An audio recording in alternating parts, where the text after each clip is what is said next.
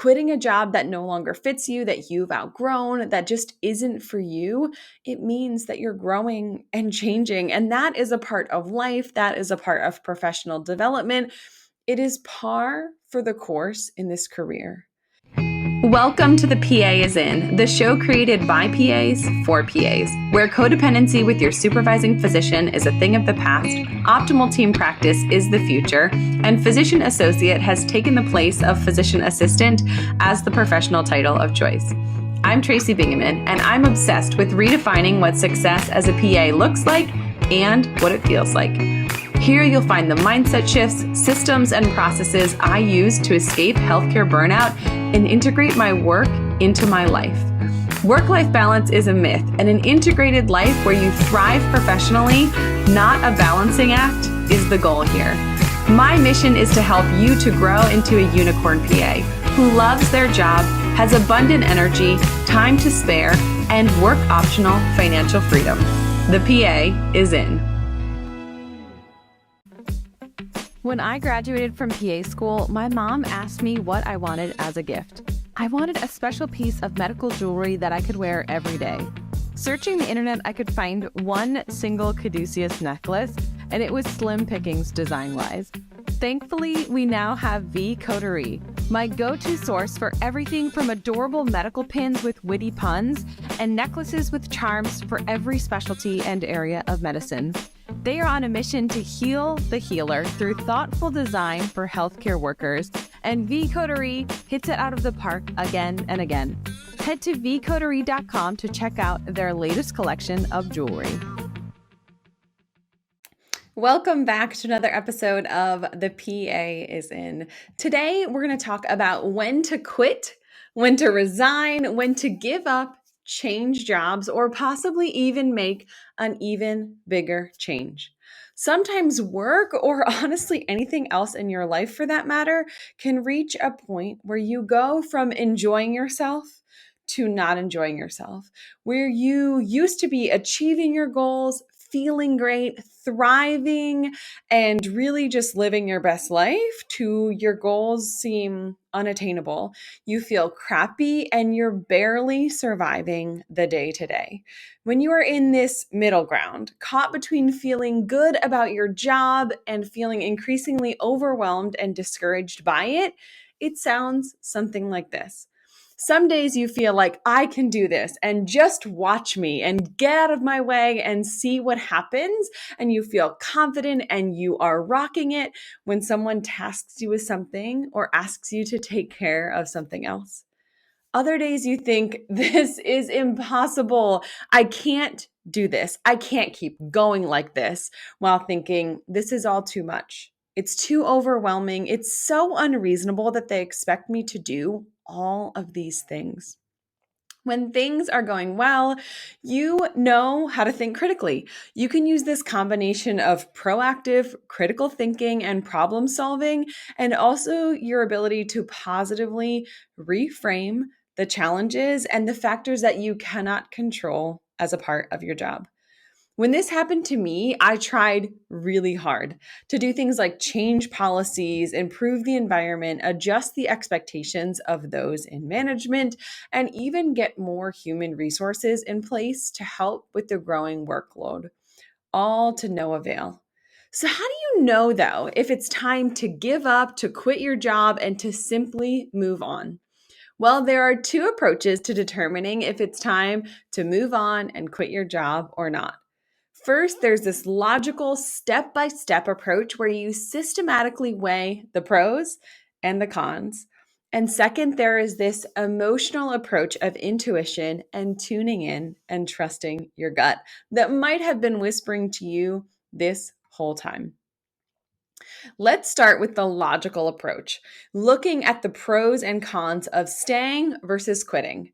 This logical approach is actually rooted in biology, and it comes from how foragers act in nature. So there's something called this explore, exploit paradigm.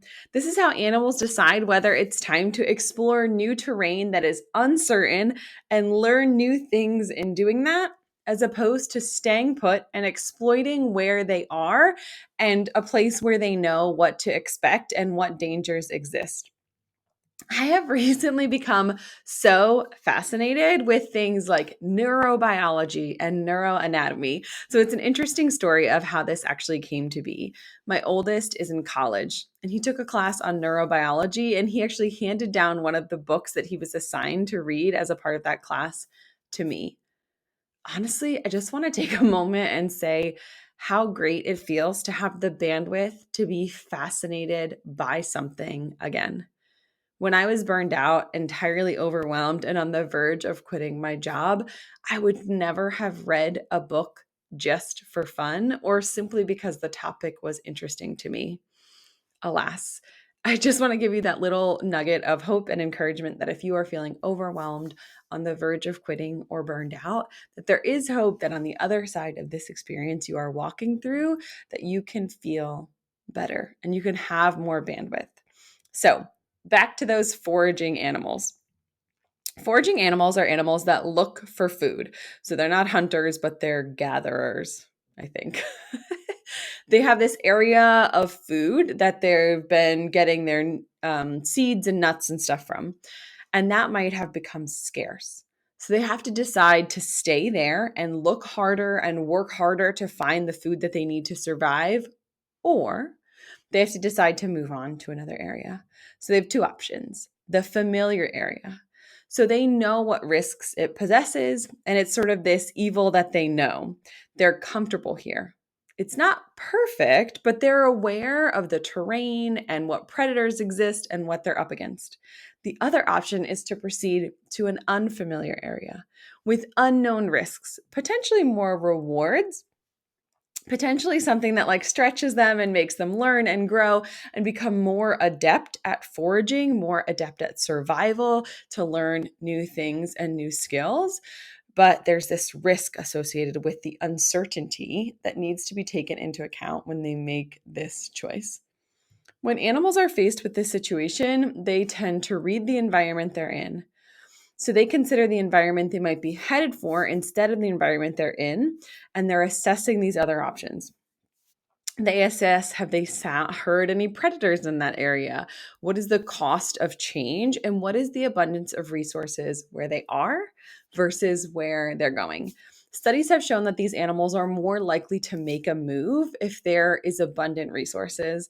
And really, we can extrapolate this to say the same is true for PAs or really anyone who's thinking about making a job change. It's easier to quit a job if you already have several job offers, or if you know that positions are readily available in your area and you wouldn't have to move or uproot your kids or change things, and you could readily get another job. So that abundance of resources and the amount of stress or the amount of confidence you feel in your ability to find another position that's going to work for your family impacts heavily on that decision when it comes from the logical approach. So, how can we apply this explore, exploit logic to the situation as a person, whether it's within a job, a relationship, to pursue or continue a hobby, or a place of worship, or a leadership position, or really anything else that we are doing? So, there are four things that you want to consider as a part of this decision tree and this process for deciding whether you're going to quit or not quit. And this can also be used between two different jobs, which I'll talk about a little bit later. So you want to consider four things. One, the benefits of continuing on. Two, the benefits of stopping. Three, the costs of continuing on. And four, the costs of stopping. So you want to evaluate both the long-term and the short-term costs and benefits of staying put versus quitting and moving on to another position. Now, the short-term benefits are sometimes a little bit easier to address because you know what's going to happen right away, or you have a better idea of what's going to happen right away. Those long-term benefits and costs, you need to extrapolate and evaluate your experience in the past and what you think is going to be the long-term consequences or benefits of staying put or moving on. The goal here is, of course, to maximize the benefit and to minimize the costs of whatever track you choose to proceed on. So this can get a little bit confusing. Okay, costs of staying, costs of leaving, benefits of staying, benefits of leaving, and then you add the long-term and the short-term elements and you're like, oh my gosh, that's like 16 different things that I would need to make lists for. It's like a very confusing Punnett square or a very complicated list. So I have laid it all out for you in a way that's clear, that you can organize these thoughts, because honestly, these things are pinging around inside your brain, right? You've thought about what might happen to your career if you stay. You've thought about what might happen to your career if you go, but you haven't really taken the time to sort of compile all of these things and put them in one place to help you actually choose what's best for you during that season. So I created a decision tree guide for you, helping you decide if you want to stay or go. And you can also use this when choosing between jobs. So if you want to stay or quit, and the wording in the guide is actually continue or stop, I think. But if you just replace continuing with job A and then stopping with job B, you can evaluate the cost benefit analysis of choosing between two potential positions. Also, it can be used in that way. The guide is totally free, tracybigman.com/decide. Download your copy. You can print it out or edit it on your computer and just compile all of those thoughts, those things that are pinging around in your mind. Take a look at the decision tree, and then you can logically, clearly, and calmly say, hey, I realize the costs of leaving. I realize the benefits of staying. And you're going to kind of compare those things and then make a logical decision. If you exist in this world in partnership, this is a great thing to sort of walk through on your own and then bring to your partner and say, hey, I've really been thinking about this for a while. I put together, these various things. Are you willing to talk through this or sort of talk about how this would affect our family financially, logistically, like my career? And they have great insight and they probably know you well. Alternatively, if you're not in partnership or if you feel like your partner isn't someone who would be great to have this conversation with, find a trusted colleague or someone that you went to PA school who sort of gets it, who exists in this medical world that you can bounce ideas off of and say, here are my potentials for jobs. Here's what I would want to do instead. Here's this decision tree. I'm really having trouble kind of figuring out what's next, and seek some counsel in that way. The other way, other than logically, to approach this situation is determine if you're better off staying in a position or quitting and moving on, is to trust your gut. To tune into your intuition and trust your gut means you have to listen to those whispers inside your head. That still small voice that might have been whispering amongst all of the yelling, all of the noise, and all of the distractions that you are dealing with as a part of your everyday voice, your everyday life. This internal voice might be telling you, you've done all you can here. It's time to move on. But the thing about this internal voice is it's quiet, and we're surprisingly good at ignoring this quiet voice. Our lives are busy. We're moving so quickly that we don't take the time to tune into this voice. We don't listen, or sometimes we just hear it and we ignore it.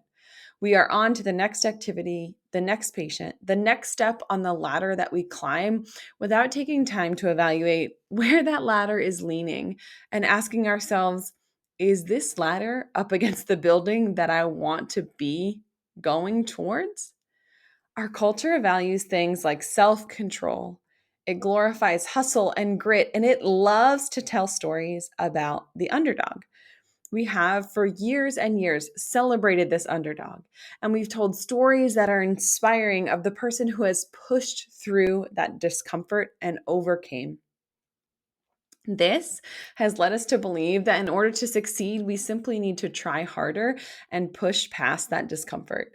But sometimes that discomfort is actually a sign from our body and our brain telling us that we should stop and quit and change direction and not try harder, but try something different. That where we are is no longer where we're supposed to be. Sometimes that's what that discomfort means. We've been conditioned over the years to believe that failure of achieving a goal or staying in a job means that there is something wrong with us. The same is true for quitting. If you've been multitasking, if you've been tuning out, I want you to come on back, because if you're considering quitting something, this might be exactly what you need to hear. Quitting is not a failure on your part. Sometimes it's simply not a good fit, or the situation has changed, or you've outgrown the job. You've developed new skills and interests, or you've realized that your passion lies outside of your current position, or things have changed for you personally, or in your life, or schedule, or needs. Quitting does not constitute a failure. Sometimes it's just not a good fit anymore. The only constant in life is change, and not quitting when things have changed sometimes means you're staying put simply because you're scared. So, let's talk a little bit about that fear and the role that stress plays in the decision making when it comes to quitting something or leaving a job. It's interesting to think about how stress factors into the decision of whether to quit or to stay. So, data tells us that the more stressed we are, the more stressors that we are dealing with in our life, the more difficult it is to make a change.